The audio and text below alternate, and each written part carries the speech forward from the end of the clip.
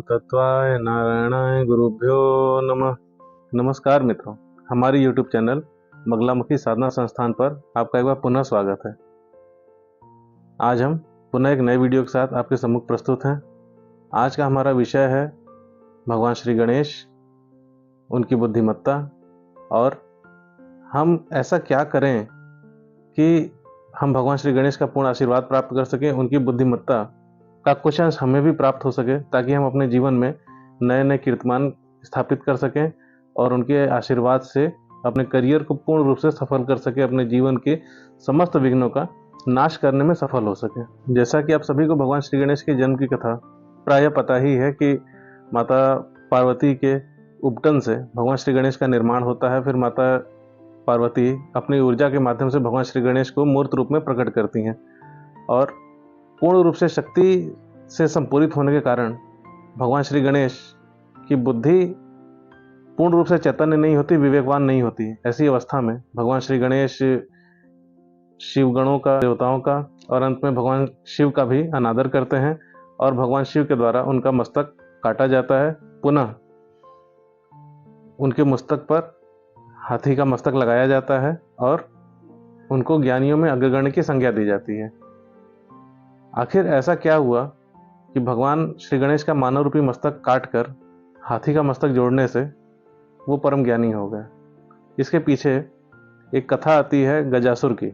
शिव पुराण में इस कथा का वर्णन है, अन्य विभिन्न पुराणों में भी इस कथा का वर्णन है कि गजासुर नाम का एक असुर था, किंतु असुर प्रवृत्ति न होकर वह पूर्ण रूप से सात्विक प्रवृत्ति का था और भगवान शिव की अत्यंत ही कठोर तपस्या करके वह ये वरदान प्राप्त करता है कि इस पूरे ब्रह्मांड के सबसे ज़्यादा बुद्धिमान व्यक्ति होने का आशीर्वाद उसे प्राप्त हो। भगवान शिव के द्वारा प्राप्त आशीर्वाद के कारण गजासुर परम बुद्धिमान प्राणी हो जाता है। जब भगवान गणेश का मस्तक काटा जाता है और भगवान शिव श्री नारायण से निवेदन करते हैं कि वो उत्तर की ओर जाएं और जो भी जीव प्रथम उनको प्राप्त हो उससे उसके मस्तक का दान प्राप्त करें।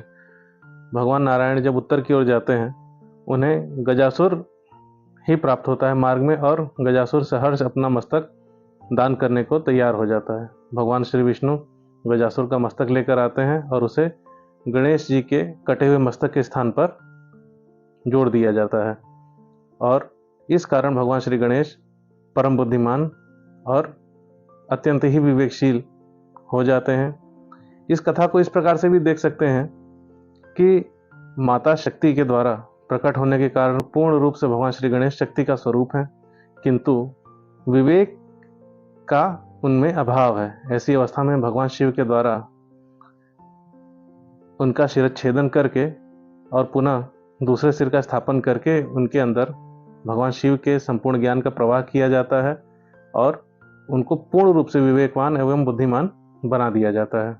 विभिन्न कथाएं हैं जिनमें भगवान गणेश की बुद्धिमत्ता का परिचय प्रत्येक व्यक्ति को प्राप्त होता है। समय समय पर देवताओं को, मानवों को, ऋषियों को भगवान श्री गणेश पूर्ण बुद्धिमत्ता का परिचय देते हुए उनके विभिन्न विघ्नों का नाश करते हैं और उनके धर्म का मार्ग प्रशस्त करते हैं। उनको गणपति की संज्ञा दी जाती है, अर्थात जितने भी गण हैं उन सभी के अधिपति, उन सभी के स्वामी भगवान श्री गणेश हैं। भगवान श्री गणेश के आशीर्वाद से किसी भी व्यक्ति की प्रज्ञा, उसकी बुद्धि और उसके विवेक का अत्यंत ही तीव्रता से विकास होता है और वो अपने जीवन के समस्त विघ्नों का उत्सारण करते हुए, उनका हरण करते हुए अपने जीवन के सफलता का मार्ग प्रशस्त कर सकता है। भगवान श्री गणेश प्रथम पूज्य होने के साथ ही परम बुद्धिमान है और उस बुद्धि का लाभ प्रत्येक व्यक्ति को अपने जीवन में प्राप्त करना ही चाहिए। अतः जितने भी छात्र छात्राएं हैं, छोटे से लेकर बड़े वर्ग तक के, उन सभी को निश्चित रूप से गणेश साधना को अपने जीवन में स्थान देना ही चाहिए। कुछ समय निकालना चाहिए भगवान श्री गणेश की उपासना करने का, साधना करने का, क्योंकि आपके पास आपके प्रयासों से लक्ष्मी आ सकती है, सरस्वती आ सकती है, किंतु उसका सदुपयोग, उसका सही प्रयोग आपकी विवेकशील बुद्धि ही कर सकती है और विवेकशील बुद्धि भगवान श्री गणेश के आशीर्वाद से ही प्राप्त होती है। आपके पास अपार ज्ञान है, आपके पास अपार धन संपदा है, आपके पास अपार शक्ति है, आपके पास सब कुछ है, किंतु यदि आपके पास विवेकशील बुद्धि नहीं है तो निश्चित रूप से आपके इन समस्त संपदाओं का कहीं न कहीं नकारात्मक रूप से प्रयोग होगा, जो प्रकृति के विरुद्ध होगा, आपके विरुद्ध होगा, समाज के विरुद्ध होगा, जो कहीं से भी उचित नहीं है। और ऐसी चीज़ें निश्चित रूप से आपको और इस पूरे समाज को हानि पहुंचा सकती हैं। भगवान श्री गणेश पूर्ण रूप से विवेक का स्वरूप हैं, बुद्धि का स्वरूप हैं। जब व्यक्ति की बुद्धि, प्रज्ञा जागृत होती है, चैतन्य होती है, तो ऐसी अवस्था में उसके ज्ञान का, उसकी लक्ष्मी का, उसकी शक्ति का, इन समस्त चीज़ों का लाभ उसको स्वयं को, उसके परिवार को, उसके समाज को और इस प्रकार से उसके देश तथा संपूर्ण विश्व को होता है।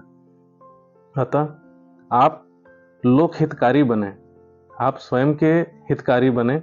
इसके लिए आपको निश्चित रूप से भगवान श्री गणेश की शरण अवश्य ही लेनी चाहिए। प्रत्येक छात्र छात्रा को अपने दैनिक जीवन से कुछ ही समय से ही अवश्य ही निकालना चाहिए, जिसमें वो गणेश साधना करे, भगवान श्री गणेश को समझने का प्रयास करे, उनके जप में समय दे, उनकी साधना में समय दे और उनका आशीर्वाद प्राप्त करके अपने जीवन के लक्ष्यों को प्राप्त कर सके। भगवान श्री गणेश की कृपा होने से व्यक्ति के जीवन के विभिन्न विघ्नों का नाश होता है, उनका हरण होता है, उनकी समाप्ति होती है और व्यक्ति की सफलता का मार्ग निश्चित रूप से प्रशस्त होता है।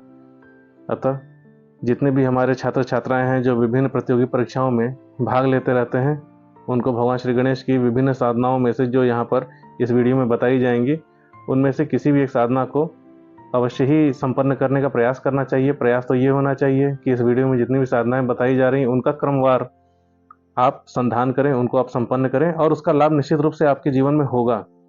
क्योंकि ये समस्त साधनाएं जो इस वीडियो में बताई जाएंगी, ये स्वानुभूत प्रयोग हैं। इन समस्त साधनाओं में से अधिकांश साधनाओं का हम सभी शिष्यों ने प्रयोग किया है।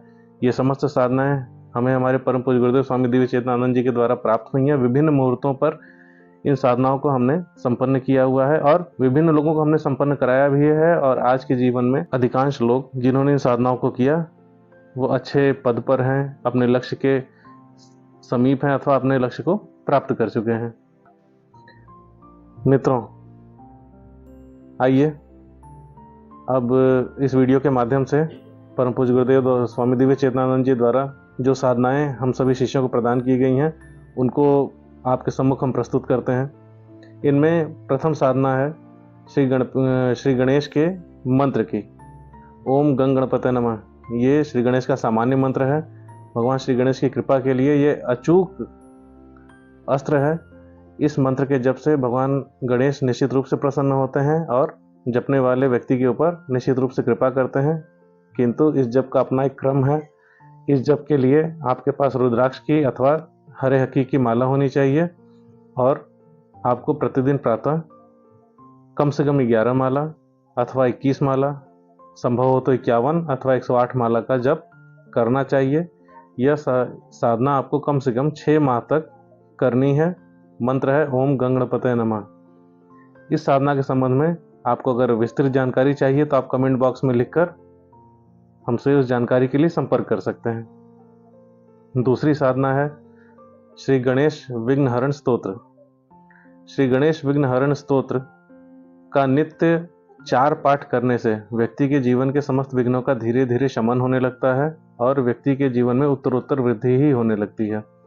आप किसी भी धार्मिक पुस्तक की दुकान से इस पुस्तक को प्राप्त कर सकते हैं और इसका आप नित्य पाठ करें, अपने जीवन के विघ्नों का नाश करने का प्रयास करें।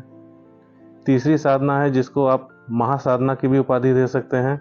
छात्र छात्राओं के लिए अत्यंत ही अचूक यह साधना है। यह है श्री गणपति अथर्व शीर्ष की साधना। श्री गणपति अथर्व शीर्ष भगवान श्री गणेश को अत्यंत ही प्रिय है और यह वेदों से उद्धृत है। इस अथर्व शीर्ष को वेदों से लिया गया है। जो भी व्यक्ति इस अथर्व शीर्ष की साधना करता है, निश्चित रूप से उसके समस्त विघ्न समाप्त होते हैं, उनका शमन होता है, उसका कल्याण होता है, उसके जीवन में सुख और समृद्धि की वृद्धि होती ही होती है। इसमें कोई भी संशय नहीं है। श्री गणेश अथर्व शीर्ष का कम से कम 1 पाठ नित्य व्यक्ति को करना ही चाहिए और जब पाठ करते करते वो उसकी वाणी पर रम जाए तो ऐसी अवस्था में कम से कम 8 पाठ नित्य करते हुए 6 मास तक इस क्रम को अनवरत आपको जारी रखना है। आप स्वयं देखेंगे कि आपके जीवन में चीज़ें परिवर्तित हो रही हैं, इसका प्रभाव परिलक्षित हो रहा है और आपके जीवन में शुभता का निश्चित रूप से आगमन होना आरंभ हो जाता है। यदि कोई छात्र अथवा छात्रा किसी प्रतियोगी परीक्षा में सम्मिलित होना चाहता है अथवा उसके जो विद्यालय की परीक्षाएं हैं उनमें उसको अधिक नंबर चाहिए, अधिक मार्क्स चाहिए, तो ऐसी अवस्था में उसको गणपति अथर्वशीर्ष का सहारा अवश्य ही लेना चाहिए। निश्चित रूप से इससे उसको कुछ लाभ अवश्य ही प्राप्त होता है। आप गणपति अथर्वशीर्ष की साधना करें, इसको संपन्न करें और आप स्वयं से इसके लाभ का अनुभव करें। चौथी साधना है श्री गणेश द्वादश नाम स्तोत्र की। इस स्तोत्र में भगवान श्री गणेश के 12 नामों का वर्णन है। आप इस द्वादश नाम स्तोत्र का नित्य 12 पाठ करें और इसके पश्चात ही अपने घर से किसी भी कार्य के लिए निकलें। यदि कोई व्यक्ति इस द्वादश नाम स्तोत्र का नित्य 12 पाठ करता है तो धीरे धीरे उसके जीवन में समस्त विघ्नों का शमन होता है, उसके समस्त पापों का नाश होता है और उसको भगवान श्री गणेश की निश्चित रूप से विशेष कृपा प्राप्त होती ही है। ये कुछ प्रमुख साधनाएं हैं जो हमें हमारे गुरुदेव द्वारा प्रदान की गई हैं। इनमें से किसी भी साधना को आप करें अथवा इन समस्त साधनाओं को क्रमवार रूप से करें। इन साधनाओं में जो सामग्री आपको आवश्यक है, जो वांछित है, अथवा ये साधना किस प्रकार संपन्न करनी है, इसके संपूर्ण क्रम को यदि आप जानना चाहते हैं तो आप हमें कमेंट बॉक्स में लिखकर अवश्य बताएं। आपके लिए हम एक नए वीडियो के साथ प्रस्तुत हो जाएंगे कि किस प्रकार इनमें से किसी भी साधना को संपन्न करना है। मित्रों, भगवान श्री गणेश की साधना निश्चित रूप से हर एक व्यक्ति को करनी ही चाहिए, क्योंकि हर एक व्यक्ति के जीवन में हर एक पग पर विघ्नों का पहाड़ खड़ा है। इन समस्त विघ्नों का उत्सारण भगवान श्री गणेश के अतिरिक्त कोई अन्य देवता नहीं कर सकता। तो आप भगवान श्री गणेश की अनुकंपा प्राप्त करें, ऐसी हमारी कामना है। आज की वीडियो में इतना ही। वीडियो आपको कैसा लगा ये कमेंट बॉक्स में अवश्य आप हमें लिख कर बताएं। आज के लिए इतना ही। अन्य विषय के साथ पुनः हम लोग अगले वीडियो में आपके सम्मुख प्रस्तुत होंगे। तब तक के लिए जय श्री गणेश। बोले परम पूज्य गुरुदेव की जय। नमस्कार।